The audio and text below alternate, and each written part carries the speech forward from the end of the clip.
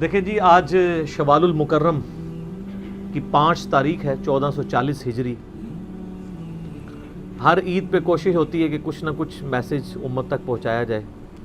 تازہ تازہ رمضان المبارک کا مہینہ گزرا ہے اور عبادت کی وجہ سے دل بھی پسیچے ہوتے ہیں، بات سمجھ بھی آ جاتی ہے۔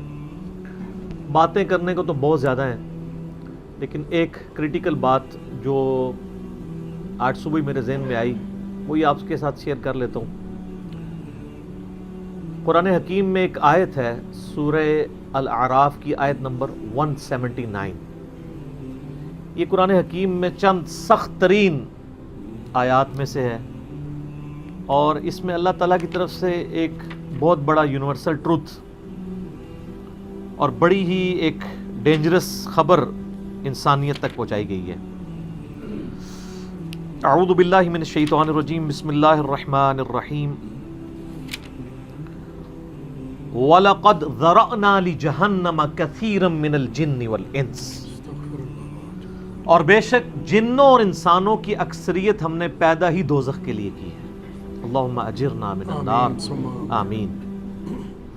لیکن یہ اللہ نے کوئی ظلم نہیں کیا، بلکہ اللہ تبارک و تعالیٰ نے اس کی ریزن بھی بتائی ہے۔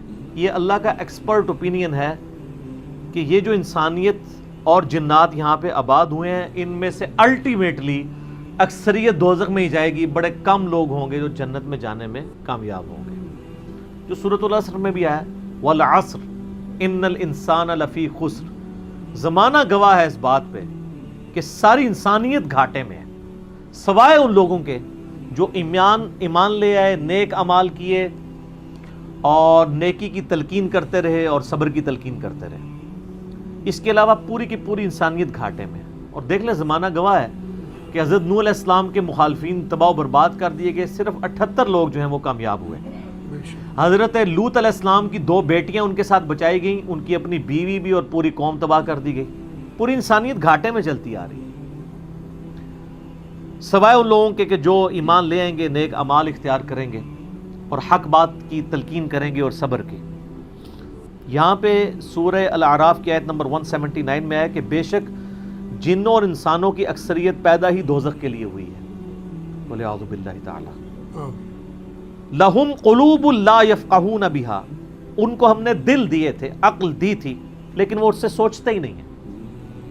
وَلَهُمْ أَعْيُنٌ لَا يُبْصِرُونَ بِهَا، ان کو ہم نے آنکھیں دی تھیں لیکن آنکھوں سے دیکھنے کا سا دیکھنا نہیں دیکھتے، عبرت نہیں پکڑتے۔ وَلَهُمْ آذَانٌ لَا يَسْمَعُونَ بِهَا، اور ان کو ہم نے کان دیے تھے لیکن سننے والا سننا سنتے ہی نہیں ہیں۔ أُولَئِكَ كَالْأَنْعَامِ بَلْ هُمْ أَضَلُّ، ایسے لوگ چوپایوں کی مانند ہیں بلکہ ان سے بھی بدتر ہیں، جو اپنی عقل، آنکھیں اور کان استعمال کر کے حق بات تک پہنچنے کی کوشش نہیں کرتے۔ اولئک هم الغافلون، ایسے ہی لوگ ہیں جو اصل میں غافل ہیں۔ تو اللہ تعالیٰ نے یعنی اس میں ایک غیبی خبر دے دی ہے کہ الٹیمیٹلی یہ ہونے والا ہے۔ مطلب کیا کہ اب جس نے تیاری کرنی ہے وہ خود تیاری کر لے۔ اس کو میں ایک مثال سے سمجھاتا ہوں کہ اس وقت تقریباً یہاں پہ 80 کے قریب لوگ بیٹھے ہیں، اور میں یہ کہوں کہ میں ایک گولی چلاؤں گا، جس کو بھی لگ جائے، تو ہم میں سے کیا ہر شخص یہ سوچے گا کہ یار ایک ہی گولی ہے، 80 بندے ہیں، کسی اور کو ہی لگے گی، ضروری ہے مجھے ہی لگنی ہے؟ ایسا تو کوئی نہیں سوچے گا، سب دڑکی لگا دیں گے۔ لیکن آخرت کا معاملہ کیا ہے؟ بخاری اور مسلم دونوں کی حدیث ہے، متفق علیہ، کہ آدم علیہ السلام کو حکم ہوگا کہ جنتیوں اور دوزخیوں کو الگ کرو۔ حضرت آدم علیہ السلام پوچھیں گے کہ اے اللہ کتنے جنتی اور کتنے دوزخی؟ تو اللہ تعالیٰ فرمائے گا ہر 1000 میں 999 دوزخی اور صرف 1 جنتی۔ تو یہاں اگر 1000 بندہ اور میں کہوں ایک گولی چلے گی، ہر بندہ بھاگنے کی کوشش کرے گا، لیکن آخرت کے بارے میں یہ حال ہے کہ ہر ایک بندہ یہ امید لگایا ہوا ہے کہ وہ جو ایک بچے گا نا وہ میں ہوں گا۔ اور ادھر 1000 بندے کے اوپر ایک گولی چلائی جائے تو 1000 کا 1000 سوچے گا جو ایک پھڑکے گا وہ میں ہوں گا۔ بالکل 180 ڈگری سوچ ہے۔ یا اس کو یوں سمجھے کہ میں کہوں کہ ایک گولی چلاؤں گا، 999 بچ جائیں گے، ایک کوئی لگے گی۔ کوئی نہیں کہے گا یار 999 بچنے ہیں تو چلو ایک میں بھی ان میں بچنے والوں میں ہوں گا، کیونکہ نا کدھر میں ہی نہ پھنس جاؤں۔ اور آخرت میں تو معاملہ بالکل الٹ ہے، بہت کریٹیکل ایشو ہے۔ انسان کو اپنی آخرت کی فکر کرنی چاہیے، اللہ کو سیریس لینا چاہیے. جو لوگ دنیا میں اللہ کو سیریس لیتے ہیں وہی اپنی اصلاح کر لیتے ہیں، ورنہ اللہ تو بے پرواہ ہے. یقین کریں، پوری کی پوری انسانیت دوزخ میں چلی جائے اللہ کو کوئی پرواہ نہیں ہے، پوری کی پوری انسانیت جنت میں چلی جائے اللہ کو کوئی پرواہ نہیں ہے. اور یہ جو اکثر لوگ مثالیں دیتے ہیں کہ جی دیکھیں کوئی ماں اپنے بچے کو کیسے دوزخ میں پھینک سکتی ہے، تو اللہ تعالیٰ تو ماں سے بھی بڑھ کے محبت کرتا ہے، وہ کیسے پھینکے گا؟ بھائی اس لیے پھینکے گا کہ اللہ تعالیٰ کے وہ احساسات نہیں ہیں جو ایک ماں کے ہوتے ہیں. ماں تو اپنی نفسانی خواہش یا محبت کی وجہ سے مغلوب ہو جاتی ہے، لیکن اللہ مغلوب نہیں ہوتا. اللہ تعالیٰ کیا فرعون سے اس کی ماں سے بڑھ کے محبت کرتا ہے جو اس کا باغی ہے؟ یہ محبت تو ان لوگوں کے لیے جو اس کے تابع فرمان ہو.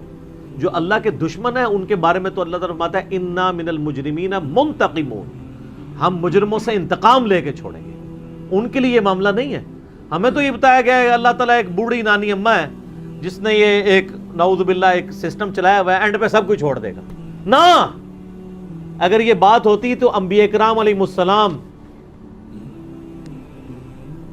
کی تعلیمات اس طرح کی نہ ہوتی کہ لوگ جو ہے وہ کیجول زندگی گزارنا شروع کرتے ہیں. بڑی سٹرکٹ تعلیمات ہیں. جامعہ ترمذی میں حدیث ہے کہ سیدنا عثمان غنی رضی اللہ تعالیٰ عنہ علیہ السلام کے بارے میں آتا ہے کہ وہ جب کبھی قبرستان جاتے تو اتنا روتے کہ ان کی داڑھی آنسوؤں سے تر ہو جاتی. تو اصحاب پوچھتے کہ آپ کے سامنے جب جہنم کا ذکر ہوتا ہے آپ پہ اتنی خشیت طاری نہیں ہوتی، لیکن قبرستان میں قبر کے سامنے یہ معاملات آپ کے ساتھ کیوں ہوتے ہیں؟ تو انہوں نے کہا کہ میں نے نبی علیہ السلام سے خود سنا تھا کہ قبر آخرت کی منزلوں میں سے پہلی منزل ہے، جس کی یہ منزل پھنس گئی اس کی اگلی منازل مشکل ہو جائیں گی، اور جس کی یہ منزل آسان ہوئی اس کی اگلی منازل آسان ہوتی چلی جائے گی. یہ وہ شخص کہہ رہا ہے جسے 3 دفعہ جنت کی بشارت ملی ہوئی ہے. ہمارے پاس کوئی جنت کا ٹکٹ نہیں ہے اور ہماری بے پرواہی اپنے عروج کے اوپر ہے.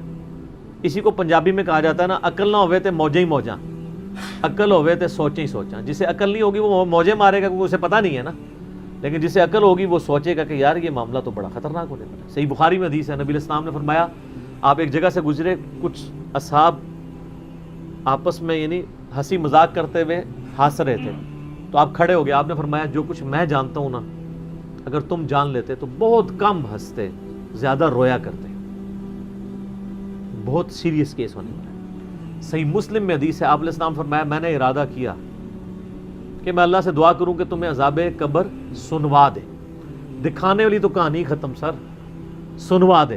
لیکن مجھے ڈر ہوا کہ اگر تم نے عذاب قبر سن لیا تم اپنے مردوں کو دفنا نہیں چھوڑ دو گے، ایسی خشیت تم پہ طاری ہو جائے گی. لیکن یہ اللہ تعالیٰ نے سب کچھ پردے میں رکھا ہوا ہے سر. صحیح بخاری میں حدیث ہے کہ میت جو ہے وہ چارپائی پہ کلام کرتی ہے. نیک میت کہتی ہے مجھے جلدی جلدی میری جگہ کی طرف لے چلو، اور جو بری میت ہے وہ چیخو پکار کرتی ہے کہ مجھے کہاں لے کر جا رہے ہو.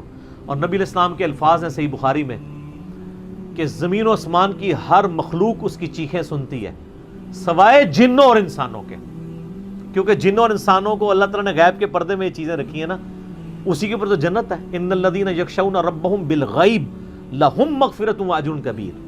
جو لوگ بن دیکھے اپنے رب سے ڈرتے ہیں ان کے لیے مغفرت ہے اور اجر کبیر ہے.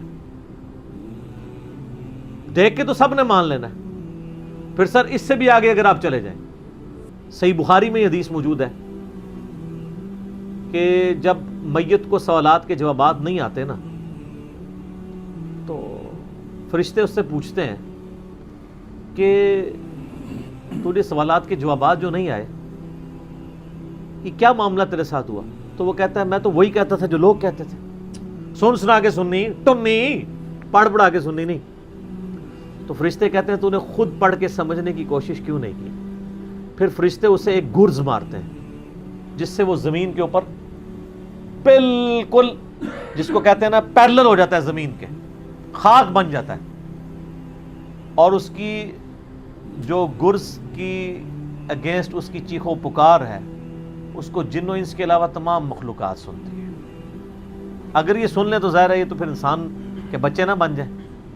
یہ اللہ نے پردہ رکھا ہے، ورنہ تو آپ بڑے بڑے بزرگوں کو دفنا کے نکل رہے ہو نا، ان کے پردے جو ہے نا وہ جنازہ یعنی اس قبرستان کے گیٹ تک پہنچتے ہوئے ساری بزرگی کھل گئی ہو، دڑل کی بات پیچھے سے آ جائے، ٹھیک ہے، لوگ ویسے بزرگی کا دعویٰ بھی پھر چھوڑ دیں گے، وہ ڈرتے رہیں گے نا.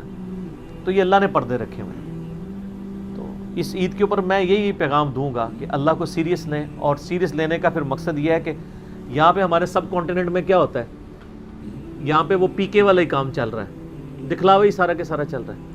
سب کانٹیننٹ میں انڈیا، پاکستان، بنگلہ دیش، افغانستان کے اندر یہ ہے کہ اگر کوئی شخص خدا کی طرف راستہ بھی اختیار کرتا ہے نا، تو زیادہ زیادہ کیا کرتا ہے وہ، کہ وہ کسی کی ماں مر گئی، کسی کا جوان بیٹا مر گیا، کسی کو کوئی بیماری آئی، وہ اللہ کی طرف لگتا ہے تو پہلے کیا کرتا ہے، داڑھی رکھ لیتا ہے، تسبیح پکڑ لیتا ہے، مسجد کی طرف آنا شروع کر دیتا ہے، اور اس مسجد کی طرف جو اس کے محلے کی مسجد ہوتی ہے، وہ ایک پریکٹسنگ مسلمان نہیں بنتا، وہ ایک پریکٹسنگ بریلوی یا پریکٹسنگ دیوبندی یا پریکٹسنگ اہل حدیث اور شیعہ بن جاتا ہے. اگر اس کے محلے کی مسجد بریلویوں کی ہوتی ہے تو وہ ایک پریکٹسنگ بریلوی بن کے سامنے آ جاتا ہے. ہونا ہی چاہیے کہ اب تم خدا کی طرف راستہ اختیار ہی کیا تو سب سے پہلے علم حاصل کرو. انما یخشی اللہ من عبادہ العلماء، اللہ کی خشیت تو اہل علم کو ہے. علم نہیں حاصل کرتے، جو جدھر لگے نا اسی طرف چل پڑتا ہے. ہونا تو چاہیے کہ آپ پہلے ہی دیکھیں کہ میں قرآن و سنت کا علم حاصل کروں، میں دیکھوں کہ یار کون سے نظریات درست ہیں، کن چیزوں کے اوپر اللہ تعالیٰ نے پکڑ کرنی ہے، کن چیزوں کے اوپر اللہ تعالیٰ نے فرائض میرے اوپر لگائے. وہ کوئی بھی علم نہیں حاصل کرتا، کوئی جدھر لگا ہے ادھر. ہمارے محلے میں نے بتایا کہ ایک پوری فیملی قادیانی ہو گئی تھی، یہ میری پیدائش سے پہلے کی بات ہے. صرف ان کے گھر اولاد نہیں ہوتی تھی، بچی پیدا ہوئی، وہ والد پہلی دفعہ گیا مسجد میں، وہ قادیانیوں کی عبادت گاہ تھی، وہ قادیانی ہو گیا، پوری نسل ان کی قادیانی ہے. یہ ہماری ٹوٹل تحقیقات ہیں. ہمارے سب کانٹیننٹ کے معاشرے میں لوگ پریکٹسنگ اپنے فرقوں کے بنتے ہیں، علم حاصل نہیں کرتے. یہی وجہ ہے کہ پوری زندگی کبھی یہ نوبت ہی نہیں آتی کہ میں دیکھوں. حالانکہ دنیاوی معاملات کے اندر سب سے پہلے لوگ، کسی نے مکان بھی بنانا ہے نا، وہ کئی ٹھیکیداروں سے مشورہ کرتا ہے، کئی مٹیریل والوں کو ملتا ہے. کہ کیا ہوتا ہے کہ وہ صبح مکان شروع کرا دیتا ہے، پوری فیزیبلٹی بناتا ہے، پوری پلاننگ کرتا ہے. لیکن ایک دین کے اوپر چلنا ہے جس کے لیے کوئی پلاننگ نہیں، کوئی فیزیبلٹی نہیں، جو جدھر لگے وہ لگ جاتا ہے. اس وجہ سے پوری زندگی لوگ نماز پڑھتے رہتے ہیں، ان کو یہ نہیں پتہ چلتا کہ نماز کا سنت طریقہ کیا ہے، اس کے اندر کیا کچھ پڑھنا ہے، اس کے کیا مسائل ہیں. کتنے شادی شدہ لوگ ملتے ہیں، بچے بھی جوان ہو چکے ہیں، ان کو غسل کا طریقہ ہی نہیں آتا ہوتا. تو علم بنیادی چیز ہے، اس کے اوپر بنیاد رکھیں، اس کے بعد جو ہے وہ آخرت کی طرف آپ کی رہنمائی ہوگی. لیکن علم کے بغیر کچھ بھی نہیں ہوگا. اس لیے میں اس عید کے موقع پر ریکویسٹ کروں گا، جہاں تک بھی ہماری بات پہنچتی ہے، کہ یہ سچائی کا پیغام سب سے پہلے اپنے اوپر لاگو کریں، پھر جاگو اور جگاؤ کی مہم شروع کریں. انسانیت کو بتائیں کہ کتنی بڑی مشکل میں وہ پھنسنے والے ہیں، کتنا بڑا معاملہ ان کے ساتھ ہونے والا ہے. اور یہ اتنا بڑا معاملہ ہے کہ یہ تو چوکوں پہ کھڑے ہو کے اور بڑی بڑی بلڈنگز کی چھتوں پہ کھڑے ہو کے اسپیکر فٹ کر کے لوگوں کو یہ بتانے کی ضرورت ہے.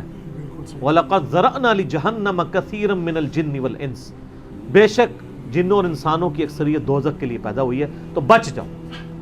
ہماری حالت ویسے یہ ہے کہ ہم تو ایک بلی کو بھی آگ میں گرتا ہوا برداشت نہیں کر سکتے، لیکن ہم یہ راگنی الاپ رہے کہ انسانیت نے دوزخ میں گرنا ہے اگر انہوں نے اللہ تعالیٰ کو سیریس نہ لیا اپنی زندگی کے اندر. تو یہی پیغام ہے جی، کہ لوگوں کو یہ آیت سنائیں، خود بھی آخرت کی فکر کریں، لوگوں کی بھی آخرت کی فکر کریں، اور علم کی بنیاد پہ، تاکہ عقائد کی بھی اصلاح ہو اور اعمال کی اصلاح. جزاکم اللہ خیر علی.